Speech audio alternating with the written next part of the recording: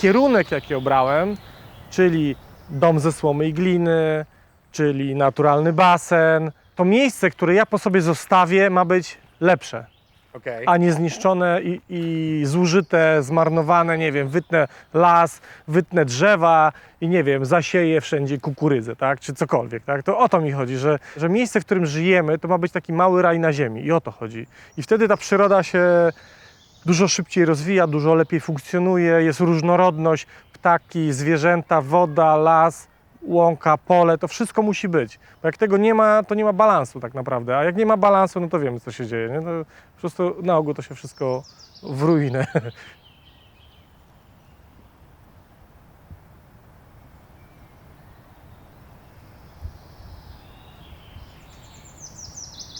Jesteśmy we wsi Kijanka. Kijanka to jest jakby pierwsze stadium Żaby. Na tym terenie mieszkamy w tej chwili równo 11 lat w tej chwili. 11 lat. Dokładnie to jest 1,5 roku, jak uruchomiliśmy agroturystykę, ponieważ 7 lat budowaliśmy ten dom. To jest ośmiokąt, który jest na bazie szkieletowej. Podstawą jest szkielet wypełniony słomą, gliną i na zewnątrz daliśmy drewnianą elewację. A czy to jest twój design? To było tak, że po prostu mojej żonie spodobał się kształt oktagonu, a mieszkaliśmy w Stanach, to kilka takich oktagonów tam mieliśmy okazję oglądać. Tak po prostu przejazdem. Ale one były zupełnie inne. No nie dokładnie taka bryła, bo tutaj jest jeszcze ten drugi dach u góry. Na ogół te oktagony to był po prostu parter. No i moja żona stwierdziła, że ona chce oktagon. I ja troszeczkę byłem taki niezadowolony z tego, bo stwierdziłem, że to jest dużo trudniej zbudować. Jest dużo więcej kątów, więcej cięcia, no wszystkiego jest sporo więcej, jeśli chodzi o taką pracę techniczną, nie? A budowałeś to wszystko sam? Tak, budowałem ja, mój kolega, który zamieszkał z nami 6 lat temu, tu przyjechał jako po prostu pracownik, a potem myśmy się zaprzyjaźnili i on tu u nas zamieszkał i po prostu żyjemy sobie razem, nie? No i w międzyczasie setki wolontariuszy z całego świata przyjeżdżało, bo myśmy się zarejestrowali na takich 2 portalach internetowych i dużo ludzi chciało przyjechać, żeby właśnie ten oktagon budować, że im się ta konstrukcja słoma-glina bardzo spodobała i ten kształt. Ile metrów kwadratowych jest? Coś 155 plus antresola, to około 180, a z poddaszem i z podcieniami no to z 250. I to jest, wszystko jest budowane w taki naturalny materiał? Wszystkie drzewa to są wycięte z mojego lasu i jeżeli będzie taka możliwość, to pokażę Ci zdjęcia, jak on powstawał po kolei, więc widać, jak była stara chata, która się spaliła i na to miejsce, jak to wszystko tu budujemy. Więc to jest 75% materiałów w tym domu to są z odzysku. 7 lat budowaliśmy. Czy to był ten plan, żeby zajmował tyle czasu? Wiesz, no ja bym chciał, żeby on był jak najszybciej, bo na początku mieszkaliśmy w tym domku i tutaj jest 35 metrów. Okej. A to już było, kiedy kupowaliście? Nie, to też przywieźliśmy. To pierwszego roku przywieźliśmy, jak się sprowadziliśmy tutaj. Tu była jeszcze taka stara drewniana chata, no i niestety ta stara drewniana chata się spaliła. Ty z żoną i 2 dziećmi... Tak, mieszkaliśmy w tym małym tam domku. Przez 7 lat? 7 lat, A tak. kiedy ten dom był kończony? Przepraszam, 8 lat, bo jeszcze rok wcześniej mieszkaliśmy, zanim zaczęliśmy budowę.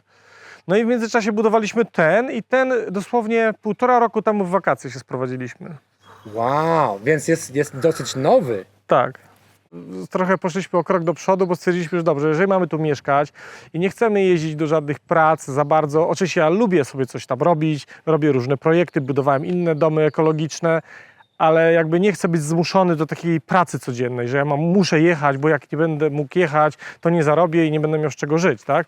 Więc wymyśliliśmy sobie taki biznesplan, że jeżeli już mamy ten dom, to zrobimy go odrobinę większym, żeby było kilka pokoi dla gości i żeby ci goście mogli tu przyjeżdżać, pomieszkać sobie w naturalnym, ekologicznym domu, który w środku pachnie słomą i gliną i to naprawdę fajnie czuć. I żeby przy okazji jakby promować taki naturalny styl życia i troszeczkę jakiś z tego mieć dochód, żeby nie być zupełnie odciętym od dochodu, który jest nam potrzebny. No takie są realia życiowe i jakby wszystko naraz trzeba złożyć w taką układankę, żeby żyjąc z dala od miasta być w miarę niezależnym, tak? Jasne, i cały dom jest otoczony, mamy taki taras. Tak. Tu jest 2 metry, takie podcienie wszędzie są. Czyli wszędzie, gdzie staniemy, możemy sobie usiąść. I tutaj fajnie właśnie, jeżeli możemy pokazać, to tutaj to dobrze widać. A to jest drewno? na którym stoimy? To jest cement uformowany w formie kamieni. Okej. Takie formy się wyciska w tym cemencie i jeszcze dodaje barwnik. I pomysł był taki, tak jak tutaj mamy, że można sobie usiąść na hamaczku, można krzesła postawić, usiąść przy stoliku i po prostu z każdej strony korzystać z podcienia, czyli jeżeli pada, jeżeli jest intensywne słońce. Ten dach jest budowany w jaki materiał? Tutaj są belki drewniane z recyklingu. Myśmy rozłożyli palety do transportu ram okiennych, które dała nam fabryka okien z Lublina, firma Perfect. Oni nam dali cały materiał na szkielet. Po prostu mieli chyba 150 palet, takich 3-metrowych, gdzie były wielkie, długie 6-metrowe belki, 6x10 i 3-metrowe. I myśmy te palety dostali od nich i rozkręcili. I te wkręty i te palety posłużyły do złożenia tego szkieletu, tego domu. Czyli generalnie jest tak, że mamy ściany, glina, słoma, kostki słomy zatynkowane gliną i ta słoma jest usytuowana w szkielecie z drewnianych belek, które dostaliśmy z recyklingu. Rozebraliśmy palety do transportu profili okiennych.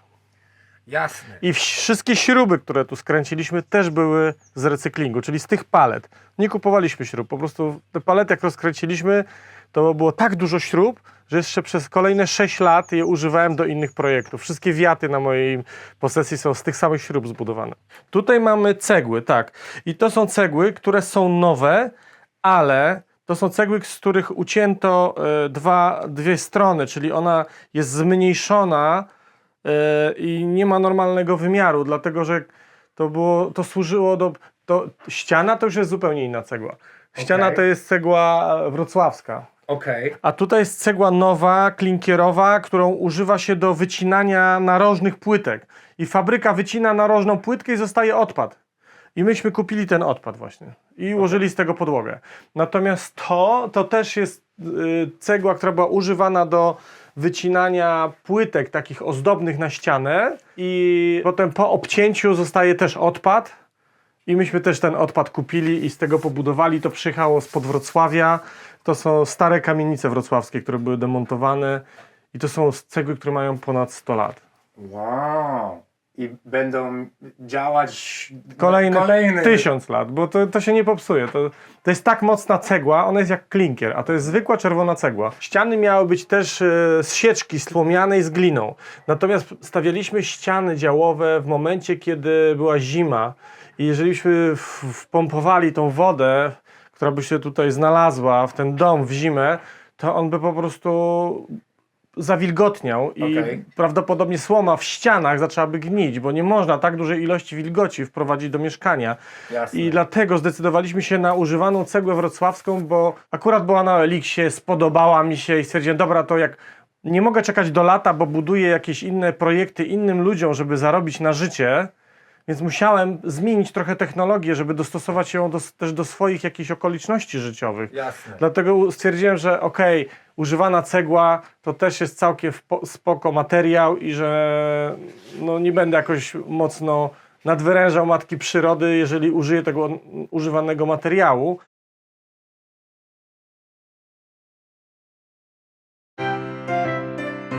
Konopny sposób na dobry sen. Przede wszystkim konopna kołderka. Zamiast spędzać 1/3 życia przykrytym plastikową, poliestrową kołderką, warto wybrać kołdrę wypełnioną włóknem konopnym, dzięki której można zapomnieć o poceniu się w nocy.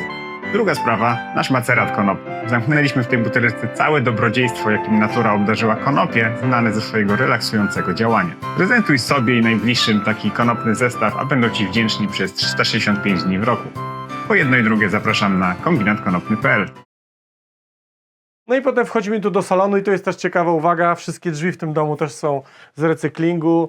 Dostaliśmy je od kolegi, który zrobił sobie remont w bardzo dużym apartamencie i też w ramach tego, że nam się dom spalił, to nas wsparł i dał nam wszystkie drzwi w domu, które zdemontował od siebie, a to są drzwi wysokiej jakości, więc one jeszcze wiele lat posłużą. Wszystkie sofy są używane, wszystkie meble i co jest też ciekawe, tu mamy takie schody, które wszystkie te schody są zrobione z jednego drzewa.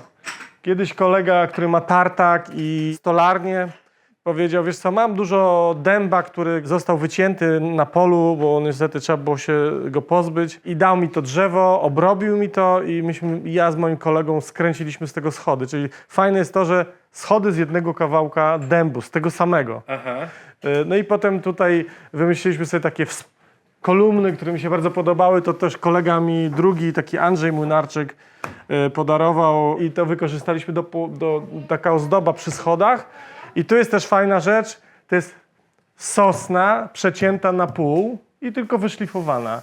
I to jest jakby element nośny tych schodów, który trzyma całą tą konstrukcję.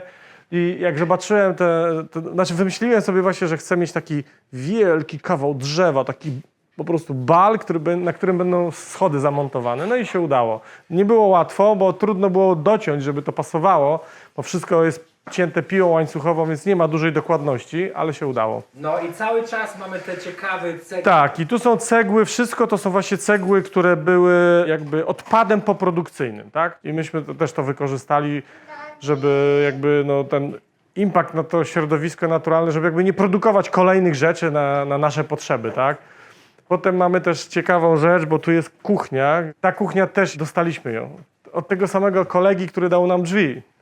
I ta kuchnia była w normalnym prostokącie, czyli te duże szafki miały jakby być tutaj i to był prostokąt. No ja musiałem to dostosować do takiej sytuacji, że mamy tutaj ośmiokąt, tu się nam łamie ściana. Okej. No więc zaczęliśmy kombinować, ustawiliśmy te meble, zrobiliśmy jakieś dodatkowe wzmocnienia, zaślepki i wyszło. I tutaj w ogóle ten blat, no to był zwykły prostokątny blat plus wyspa. I też tutaj trzeba było dociąć pod te okno, tutaj kąty powycinać, więc zrobiliśmy z kartonu wzorzec. Wzięliśmy cały ten nasz materiał, który mieliśmy, ten blat, pojechaliśmy do pana, który się zajmuje kamieniarstwem, i zaczęliśmy to wycinać. I on nam dociął te elementy tak, że teraz idealnie pasują do naszego domu. A to jest blat z innej kuchni, ze zwykłej prostokątnej kuchni. Nie? Wow. No i ten okno jest super, ale dlaczego jest tak nisko? Mógłby być trochę wyżej, nie? Wiesz co, to architekt przewidział, że najmniejsze okno dajemy od północy, bo to jest najzimniejsza strona. Aha. Żeby były jak najmniejsze straty energetyczne. Te wszystkie drzew są od waszych To las? wycięliśmy własnoręcznie z lasu, z naszego lasu, korowaliśmy, przyciągnęliśmy je tu i postawiliśmy jako podstawę taką konstrukcję nośną. Słupy są jakby konstrukcją nośną budynku. Tu, gdzie mamy salon, to żeby ten sufit był nad nami i się nic nie zawaliło, to te słupy to trzymają. Coś więcej o ten sufit? A tutaj znowu to jest sosnowa boazeria pomalowana białą lazurą. I to też ciekawa historia, bo nie mieliśmy takiej sosny, która by się nadawała, więc mamy dużo lasu olchowego, więc dogadałem się z panem, który robi ramy do obrazów i on wziął ode mnie olszynę i zamienił się ze mną na sosnę. Więc jakby taki był barterek i sobie w ten sposób ja zyskałem drzewo, materiał na sufit, a on zyskał materiał na ramy okienne i w ten sposób zrobiliśmy, obydwie strony są zadowolone, nie? I to jest właśnie to, co jakby chciałem osiągnąć, budując ten dom, żeby nie sprowadzać z daleka jakichś rzeczy, tylko właśnie wspierać lokalny biznes, lokalnych ludzi. No i ja lubię, że macie takie fajny, otwarty przestrzeń tutaj. Mamy salon, mamy jakąś bibliotekę, mamy miejsce do jedzenia, kuchnia, ciepło. W tym roku nawet nie uruchomiliśmy ogrzewania, bo mamy normalnie ogrzewanie elektryczne, które jest zasilane panelami solarnymi, ale w tym roku po prostu mieliśmy tak dużo wiatrołomów, czyli w lesie połamało nam dużo drzewa, że cały rok paliliśmy tylko tym kominkiem. Ma bardzo grube ściany, bo to około 50 cm ma izolacja w ścianie. I to powoduje, że jest bardzo ciepły. Nawet podłoga, mimo tego, że nie była w tym roku ogrzewana, ogrzewanie podłogowe nie zostało uruchomione, to każdy, kto przychodził, mówił: masz ogrzewaną podłogę? Ja mówię: nie.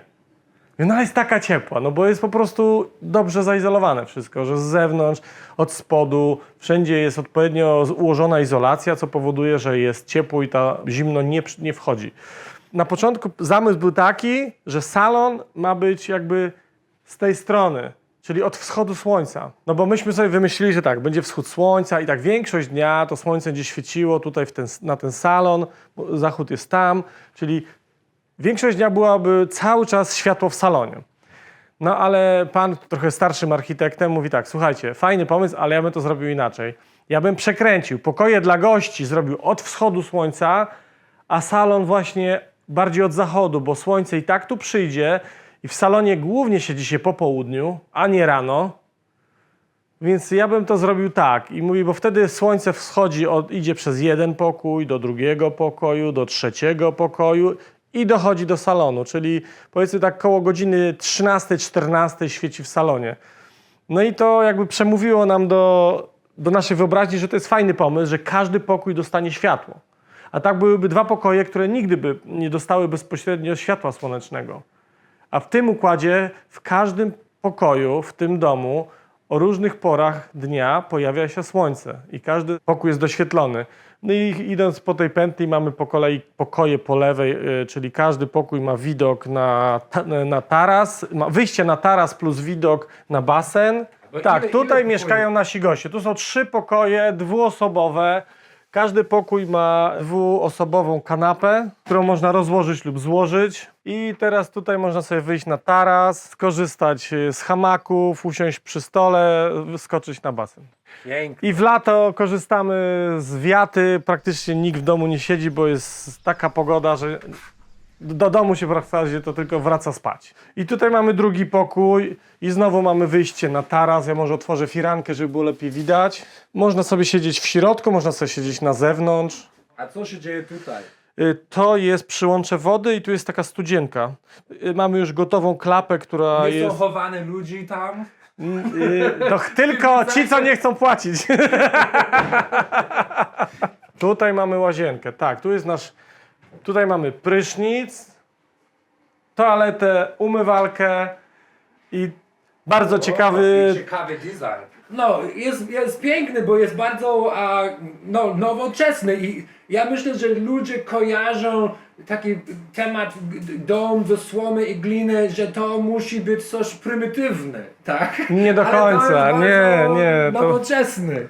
wcale nie musi być prymitywne. Wbrew pozorom to jest bardzo fajna technologia, bardzo elastyczna i można naprawdę osiągnąć wcale nie gorsze rezultaty niż konwencjonalna budowa. Zapraszam teraz wszystkich na górę Okej. i tutaj jest znowu... Bo ta ściana wygląda inaczej. Co się To dzieje jest tutaj? liść. To jest ta fototapeta, która pokazuje, Może... która pokazuje po prostu powierzchnię liścia.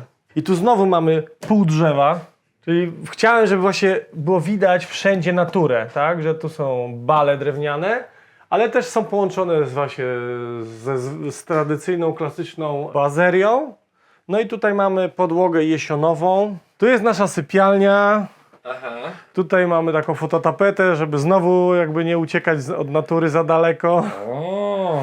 Wykorzystaliśmy wnęki w tym ośmiokącie do tego, żeby jakby powiększyć trochę przestrzeń, czyli jak sobie śpimy, nogi mamy w środku, głowę tutaj, więc jakby się w ogóle nie czuję, że tu jest wnęka, Okej. a dzięki temu mamy dużo więcej przestrzeni. Natomiast resztę tych wszystkich podcieni wykorzystaliśmy jako szafy wnękowe. Okej. Tutaj moi synowie mieszkają. Mają tak zwany chaos uporządkowany, bo to jest 2 młodzieńców, więc trudno jest No, ich... oni z nastolatkami, Tak, znaczy jeden jest... Miejsce Tak. do gaming, miejsce do gaming.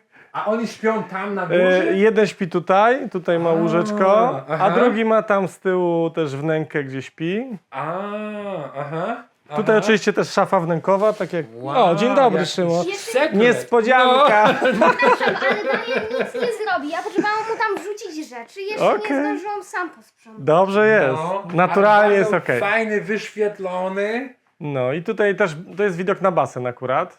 Wow. No i piękna przyroda jest, prawda? Ja uwielbiam ten widok tutaj. No i teleskop. To tak przyjeżdżają ludzie i wysiadają i tak po 22, jak się latarnie wyłączają, bo tutaj nie świecą latarnie całą noc, to jest tak duża ilość gwiazd, że ludzie po prostu tak przychodzą i tak wow, jak dużo macie gwiazd. Ja się zawsze śmieję, że wy macie tyle samo, tylko ich nie widzicie, bo światło miejskie je po prostu rozmywa, nie widać tych gwiazd. No i mamy broń.